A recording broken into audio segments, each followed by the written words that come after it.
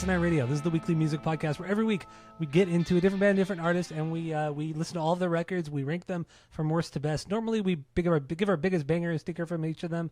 This week, we're not going to really do that because we did Motörhead this week, and they have 23 records that we're going to rank. And but before we do that, we're going to get into our 6 degrees of Tom DeLonge. That's where we connect the band of the week to our boy Tom DeLonge and Blink, and then wrap it up with our top 10 favorite Motörhead songs. And it's been a long week and a half. We've been working on this for a week and a half, and it's been a lot. It's been a lot. My name is Tyler. A lot. My name is Tyler, and way out there, hundreds of miles away, is Jeff. While you're listening, go to Spotify, Apple Podcasts, give us 5 stars. If you're watching on YouTube, smash that subscribe button. And that's all I have for the boring intro. Let's get into the 6 degrees of Tom DeLonge. Did you do your homework? I did not do my homework. There you go. Good stuff. So I did. I went the easy route. I just did one with Lemmy, because why not? This is going to be an episode. So we start with Lemmy. Dave Grohl. It's true. Lemmy was on a Dave Grohl song, on a Probot song called Shake Your Blood, which is the best song that Lemmy's ever done. Just saying. Whoa. Better than everything else. But yeah, so Dave Grohl is also in the Foo Fighters with a guy named Chris Shiflett, guitar player. Chris Shiflett used to be in Me First and the Gimme Gimmes with Fat Mike. Fat Mike put out a solo record like 5-6 years ago with that Travis Barker played the drums on, and Travis Barker, Boxcar Racer, Tom. There you go. Easy peasy. Did it. We did it. We did it. So yes, we're doing 23 records. We're doing everything except for the Manticore tapes because that doesn't really count. We are adding On Parole to this, so that's why there's 23. And we're the 23 through 6. We're just gonna. Each of us are just going to run through those ones really quick. No bangers, no stinkers, because a lot of this stuff is kind of the same. And that's fine. We love Motörhead. Here is what we'll do. 23 to 14, because that's like the bottom. And then we'll do the middle, and then we'll do the top. So what would the middle be? 13 through 6? Well, right? sevens, but we'll just do 23 to 14, 14 to 7, 7 to... Okay, fine. There we go. Math, right? Okay, so what do you got for number 23? The worst. I'm gonna run through them here. I don't even care. 1916. That's your worst. Wow. Yeah. Damn, this is almost like a return to form for them too. Okay. There's some bad songs. So many fucking bad, dude. There's so many slow songs on here. It's just like fuck off. Yeah. Anyway, 1916, Hammered, 2002. We Are Motörhead, 2000. March or Die, 92. Overnight Sensation, 96. The World Is Yours, 2010. Orgasmatron, 86. Inferno, 2004. Motorizer, in 08. Damn. Okay. I didn't put the dates next to these ones just for easy, so I didn't do that. But I know your notes are terrible. The way you take notes is awful. We've already talked about this. I changed the way I did notes this week, too, by the way. I just didn't put the dates next to you know what? Fuck it. I'll give you the dates then. I'll give you the dates. Let me just hold on fucking for 35 minutes while I look everything up. Number 23 for me. Rock and Roll. Their 8th record from 1987. Easily the worst record they put out. Number 22, On Parole. This is technically their first record, recorded in 76, but not released till 78 or 79. Did not like On Parole. It's not a very good record at all. Interesting. Okay. 21 for me is Another Perfect Day from 1983, 6th record. Really, the 80s stuff was easily the worst shit they've done, like hands down. A lot of the 80s stuff. Number 20, March or Die from 1992. Number 19 is Orgasmatron from 1986. Number 18, 1916 from 1991, because their worst song is on this record. One of their worst songs is on this record. 1916. Which one? 1916. Yeah, and also Fucking Love Me hell. Forever. Love Me Forever is also terrible. Fucking hell. So you put it pretty low too? Yeah, I did, but I didn't put it last. 17, because there are some good songs on there. Like the first half of 1916 is pretty good, and then it just like, what the fuck is going on? There's just like weird bad shit on there. But that was like what they're like resurgence. That's like when they got popular again. They started winning awards and shit. So 17 for me, The World Is Yours from 2010, their 20th album. And then 16, Bastards from 1993. 15 is Hammered from 2002. And then 14 is Bad Magic, their 22nd record from 2015. So Okay. those are my bottom ones. Bottom 7. All right. We got a lot of overlap there. The Venn diagram is overlapping there a little bit. Okay. Yeah. 14 to, I guess, what? 14, 13, 12, 11, 10, 9, 8. 14 to 8. Even though you already did 14. 14, Snake Bite Love, 98. Rock and Roll, 87. Kiss of Death, Way too 06. Bastards, 93. Another Perfect Day, 83. Bad Magic, 2015. And number 8, Aftershock. I kind of like this one. Aftershock's solid, man. Aftershock is Yeah, surprisingly solid. I think from 8 on, I like, but we're not the vinyls yet. But I did enjoy. Okay. At least you got some vinyls you want to pick up. Well, I had vinyl and I already have it, so You're the worst. I'm probably going to purge it at some point. All right. And rock and roll, why is that so high? That was like 87, and I was just like, dude, it just sounded like 80s garbage production. That was when they were trying to like make a hit and shit, and it just sounded like garbage. It was bad. It's a bad record. But anyway, I guess I'll do 14 again. 14 for me, Bad Magic, 20th record or 22nd record from 2015. Number 13, Snake Bite Love. Forgot what year this is from. Forgot to write that one down. 98. Kiss of Death is my number 12. This is from 2006. A lot of people. Number 12. A lot of people love this record. Apparently, this is a very popular record in like the newer era of Motörhead. But it was fine. I mean, it's a lot of the same. And then we get number 11 for me, Iron Fist. I don't like this one. People like this one. The band hates it, but I don't like it. Number 10, Overnight Sensation from 96. Number 9, Motorizer from 2008, their 19th record. It's a pretty solid record, actually. Number 8, did you do 8? Yeah? Yes. Yeah, we did 8. Inferno is my number 8, their 17th record from 2004. And do you want me to do 7? Yeah, just keep going. Do it. Fuck it. I don't give a fuck. No, I forgot. I forgot where you left off at. 7's fine. I don't care about my 7 that much either. 7, We Are Motörhead, 15th record from 2000. Yeah, I don't know. That's pretty much it. Now the top 6 or 7 for you. Overkill's my number 7. Whatever though. I don't really care that much about it. That's low. Bomber's my number 6, 79. Okay. Bomber's cool. Stone Dead Forever. That was my banger. It was hard. It was really hard to choose like the weakest song because my top songs don't have, or my top albums don't have like the obvious, like, oh, the closer sucks, or like that's a ballad, that's the slow song. It's like they're all just kind of like good filler. So Bomber's my number 6. Do you want to go back and forth now? Or do you want me to keep going? No, let's go. Just do back and forth now. All right. What's your number 6? My number 6 is Motörhead, self-titled first record from 77. Oh. This is the, like I said, first record. They were doing a farewell show. They had broken up, and they wanted a mobile studio to come out to record it, and that shit happened. And then they realized it went really fucking well, so they decided to make a full-length record, proper full-length record. This is it. It was, and it just didn't do that well. And it doesn't sound like really any other Motörhead record. It has more of like an MC5 kind of thing going on, which is not bad. But the production's shit. I don't really like this record that much. That's crazy. It's good. I mean, it's still good, but I feel like you would have loved this record. No, it didn't quite hit it. There's just way better fucking Motörhead records. I would still. I mean, in the end, we have a 3-point rating system where 3 is a perfect album, 2 is a good album you're going to continue to listen to. 1 is a bad album, but give it a shot, and 0 is the worst thing you've ever heard. Motörhead, they only have one bad record, and that's Rock and Roll, and that's the only record I would put at a 1 out of 3. Everything else is at least 1.75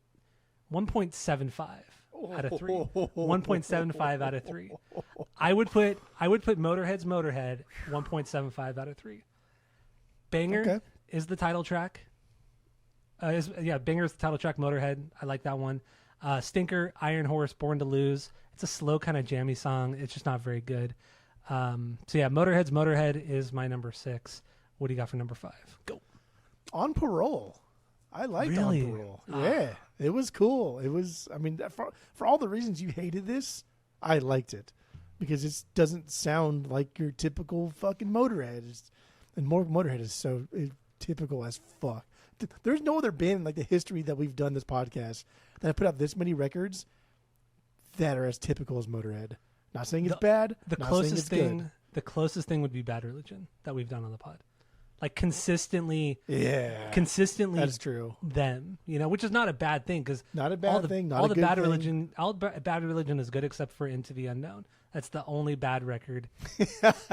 That was in the 80s. That record was really, really bad. Motörhead only has one bad record. That's Rock and Roll. That was also the 80s. So you see, there's a trend here.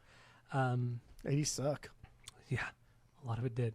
A lot of music did. But anyway, yeah, Motörhead they're just consistently fucking good. They're consistently fun. Okay, I wouldn't say they're consistently good, but they're consistently fun.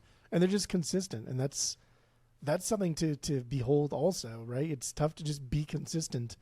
And we did Rolling Stones. And for me, like going through the whole Rolling Stones catalog was easier than doing this. Because at least like some Stones records are so fucking bad that it was entertaining for me to listen to. It was like, damn, this is impressively bad. Motörhead never had that. It was never anything close to that. It was all just consistent, but it's all just like in the fucking middle. My God. Then you go On Parole, Motörhead, Motörhead's Motörhead.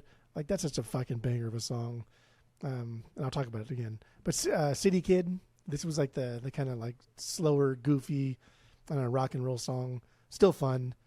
And we'll talk about. I'll talk about it often. I'm sure we will talk about it often. But Motörhead, as per like Lem himself, they're not a metal band. They're a rock and roll band that just plays a little bit harder than everybody else. Yeah. And that's fucking so goddamn true. And I'm glad I saw that. I'm glad I saw that quote or that like short excerpt before I went into the discography.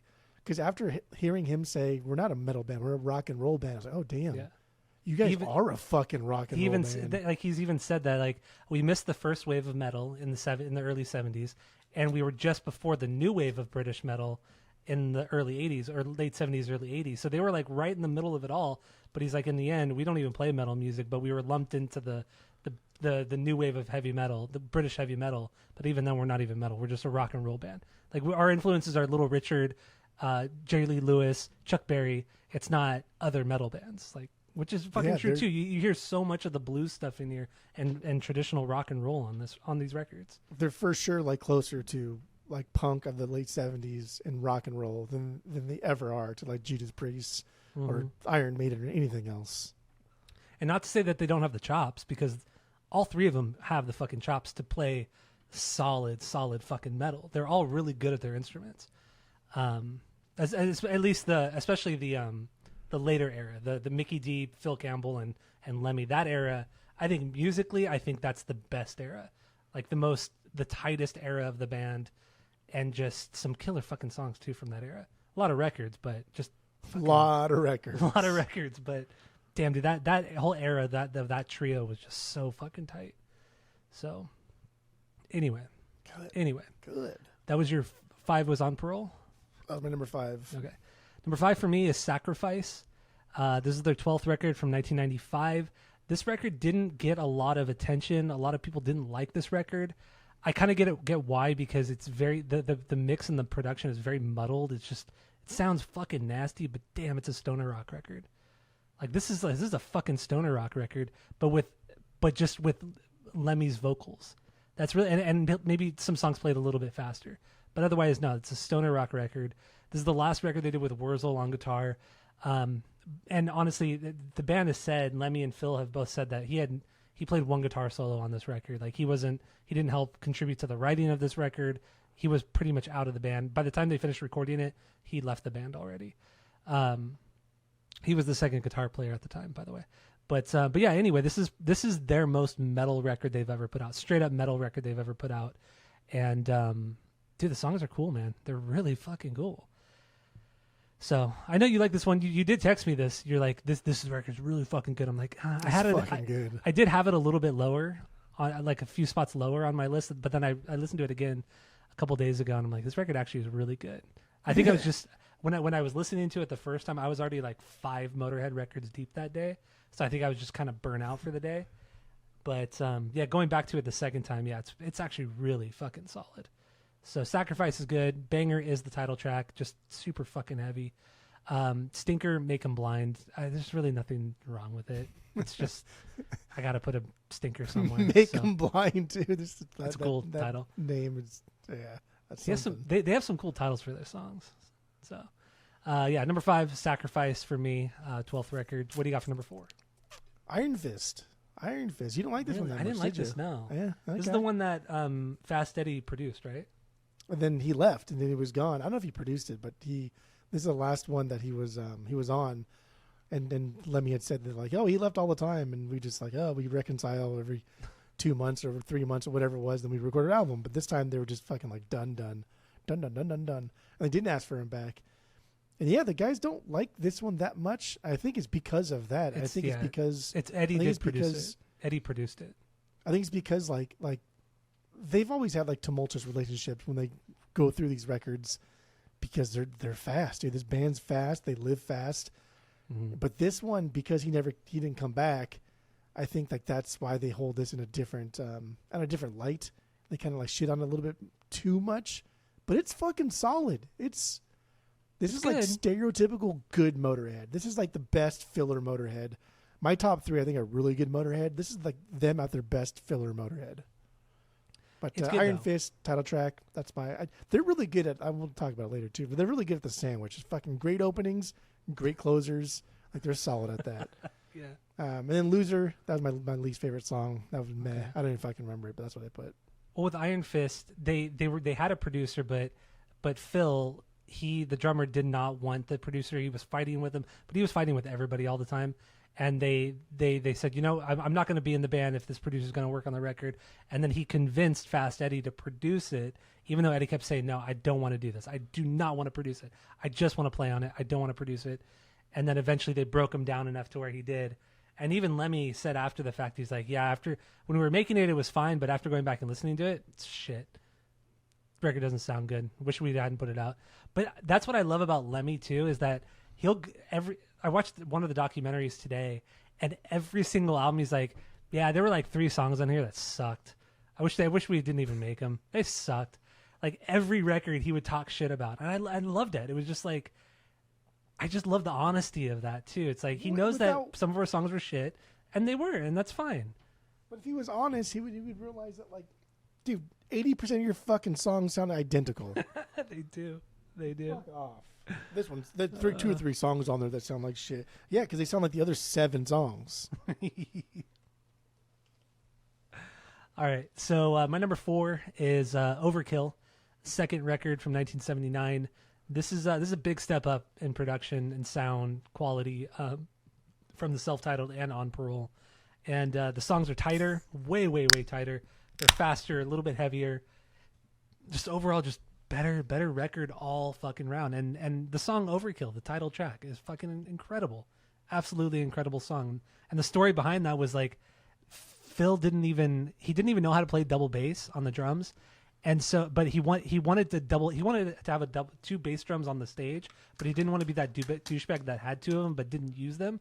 So he taught himself how to play double bass, and he would get to the rehearsal space like 2-3 hours before everybody else did, and he would just sit there and just double bass for hours before everybody got there. So he would practice. He would just literally practice. Which a guy like Phil, you read all the stories about him, it's like Phil's not a guy who does that kind of stuff. He was insane. He was out of his fucking mind. But no, that's just super cool, and that's fucking Motörhead, is the double bass. Just not super fast double bass, just like just driving fucking along. Love it. So Overkill, it's great. I mean, that banger is the title track. Stinker, Capricorn, slower jam, just trudges along. It's not bad. Once again, they have like 5 bad songs over 23 records. Like most of their songs are just, they're good to fucking fantastic. There's really nothing bad outside of 5 songs, 6 songs maybe. So anyway, okay, Overkill. It's still a solid record. This is where, actually, I would start getting him on vinyl from Sacrifice. Sacrifice, so Overkill, Ace of Spades. Which I already have Ace of Spades. And what the fuck have you not said yet? We'll get into it. So what do you got for... Bomber. You like the Bombers. What do you got for number 3? What do you got for number 3? Likes the Bombers. Sacrifice. Pretty much for the exact reason that you said. This sounds like a stoner rock record. And I'm happy that I don't have to just listen to the same Motörhead rock and roll metal track over and over and over and over. This is this is cool. This was really cool, and I did listen to this one a couple times. because I thought like maybe I misheard something because they don't do anything like this and they didn't do it after or before. But this was dope. This is a dope metal record. I enjoyed myself. Over Your Shoulder. That's my my banger. Perfect like goofy metal track. Just goofy like vocals matched with goofy lyrics. It's just good, cheesy fun. And they do cheesy and goofy all their fucking time. Their entire career is goofy and cheesy. The entire Ace of Spades record that we talk about is goofy. But they don't always lean into it to where you know like, okay, they understand that it's goofy. Sometimes, I mean, they do kind of believe it, but they live the lifestyle too. So like, who fucking knows? I don't know. Which we'll get into on the main episode too. The lifestyle. Sacrifice. I liked it. Don't Waste Your Time was my stinker. It's just like sax driven boogie blues shit. It's kind of dumb, but still fun. But that's the rock and roll thing coming in. It's fun, dude. It's fun. Sacrifice. Nice. My number 3, Aftershock. Their 21st record from 2013. I love this record. I remember when this record came out. I downloaded it illegally. This is before I was using Spotify or Apple Music. I was still downloading music in 2013. And I downloaded this off of, I won't say the website, but downloaded it off a certain website, which still is around. LimeWire? No. It's literally called newalbumreleases.net. That's literally what it's called. Why would you have to say the website? Not your website. That's true. But the website, it was known for, and still is known for, putting records out that have leaked early. So like that's where I heard fucking Mars Volta's Bedlam and Goliath like 4 months before it came out. Where I heard fucking Deftones Diamond Eyes 2 months before it came out. It's just they're a website known for leaking records early, and that's where I first heard Aftershock. Not the first time I heard Motörhead, but it just connected with me that when I fucking heard it. And the songs are great. They're fast. They're crunchy as hell, catchy as hell, just fun. Like from start to finish. One of my favorite songs is on this record, Going to Mexico. I love that song. I love the story. I love the song. I love the playing. I love just the bridge of the song going out of the bridge. It's just such a fucking incredible song. I think it's their best crafted song they've ever put out. Not their best song, but their best crafted song is Going to Mexico. And I do love this album, Aftershock.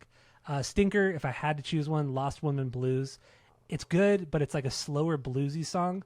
But there's a lot of cool like guitar parts and a lot of good kind of, not jamming, but just kind of just playing a blues song, a blues rock song. They did it actually really, really well on this record. Interesting, because so I know you like Stevie Ray Vaughan. I do like Stevie Ray Vaughan. And I really just don't. I don't like the Texas blues boogie shit. I just not my thing. But this one reminded me a lot of Stevie Ray Vaughan. That Texas blues kind of like bar that particular jam song? thing. No, this whole record, Aftershock. Really? Yeah, and like Crying Shame, right? Crying Shame is like them jamming and just getting into it, right? Like maybe there's like a bar brawl going on in the background. You get that piano like ding ding ding ding ding ding ding in the back. It's like, oh my god, okay, whatever. But yeah, I thought this one was very like Texas boogie blues sounding. Never made that connection. But Maybe you don't like Stevie Ray Vaughan. I don't know. No, I do like Stevie Ray Vaughan, but I generally don't like that genre of music. But I think Stevie Ray Vaughan was just so incredible that I could look past some of the cheesiness of the genre because he was just such an incredible guitar player, and just his music and his. Fuck, man, he was just such a great songwriter. He was good. He was amazing. Just like top 10 guitar players, maybe even top 5 guitar players. He's not. No, sucks. Calm down. Calm down. I don't make the rules. Settle down. I know you don't. Settle down. Stop using my catchphrases. He's not. He's 100% not 5 and 100% not 10. Okay, then he's top 10. He's top 10. I just said he's 100% not top 5 and 100% not top 10. Once again, I don't make the rules. Here. Maybe your earbuds were in your fucking ears properly. Okay, anyway. 3 for me, Aftershock. What do you got for number 2? 3 for me, 2 for them. Motorhead. Motorhead. Dude, this is a fucking rad album. This is cool. This is like, this is their punk record. Cool. It is cool. And it's like, it's their punk record like by design. They're a punk band by design. Everything they do is punk like through and through. In their hearts, they are just punk. But they realize like, holy fuck. We can do more drugs, we can make more money, and we can fuck more bitches if we're not a punk band. And they stopped doing it right after this album. And so like that's why this album is something very unique in the discography. Keep Us on the Road. That was a longer jam song from the record. I love that song. I thought it was dope. I think there's no bad songs on this, so I chose Motörhead because I've already mentioned it earlier on. And that's it. Okay. I like this record. I think I would get this on the vinyls. Okay, very good. This might be my number one, actually. I might drop this. No, it's not. Get out of here. I don't know. It's not your number one. The whole aesthetic of Ace of Spades is why Ace of Spades is so high. But like Motörhead's fucking good. It's a good record, but it's not. Come on, it's not. It doesn't even break top 5. Just top 6. So number 2, one off. It matters. It matters. Top 6. Yeah, if you're not first, you're last, right? That's true. Second place is the first loser. It's true, dude. Number 2. Ow, fuck! I just bit my lip. Good. That's what you get for speaking blasphemy. Hope you bleed to death. Number 2 for me is Bomber. Third record from 79. Fuck, from 1979. This record is just a progression of Overkill. The songs just keep getting better. They get catchier. Production is better. And this is also produced by Jimmy Miller. He did a lot of Rolling Stone stuff, a lot of shit in the 60s and early 70s. He was a fucking hardcore heroin addict at the time as well, in the late 60s, 70s. And then he got clean for a little while, and then he fell off. Like right before he started doing this record for Motörhead, they didn't know his drug background, and apparently he would just disappear for fucking hours upon hours. He would show up. He would show up like a day fucking late. Or they say, oh, get there in the morning. He'd show up at night, because he would just be so fucking strung out. But he put together like a really good sounding record. Like this record sounds fucking good. Lemmy says that he doesn't like it because it sounds too slick. They didn't have a chance to play these songs before they recorded the record, because that's normally how they do it. They play fucking songs. I know, but this is what Lemmy said. So that's one of his complaints about it. But honestly, I think this is just one of the best sounding records they've put out. It's right to the point. It's exactly what you want from Motörhead in the late 70s, early 80s. This is just peak fucking Motörhead right here. So this like that three year gap, 3 year span. Overkill, Bomber, and Ace of Spades.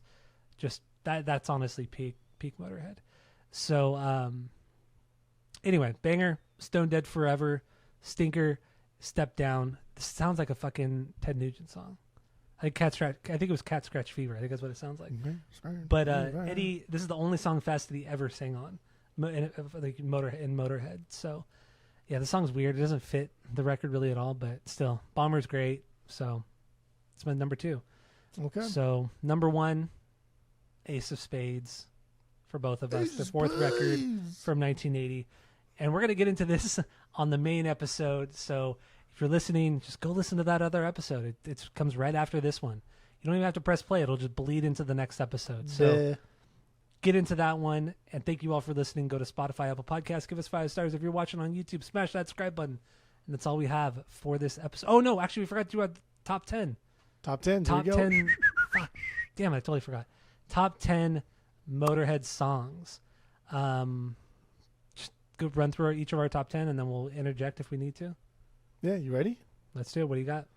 Number 10, Overkill. Overkill's Overkill. That's a good song. It's fucking good. And then, what is it, 3, 4? So 5 out of my top 10 are just from Ace of Spades. The Hammer, Fast and Loose, Live to Win, and then Stone Dead Forever from Bomber. Great fucking song. Because that's a fucking banger of a song. An absolute banger. Over Your Shoulder from Sacrifice, of course.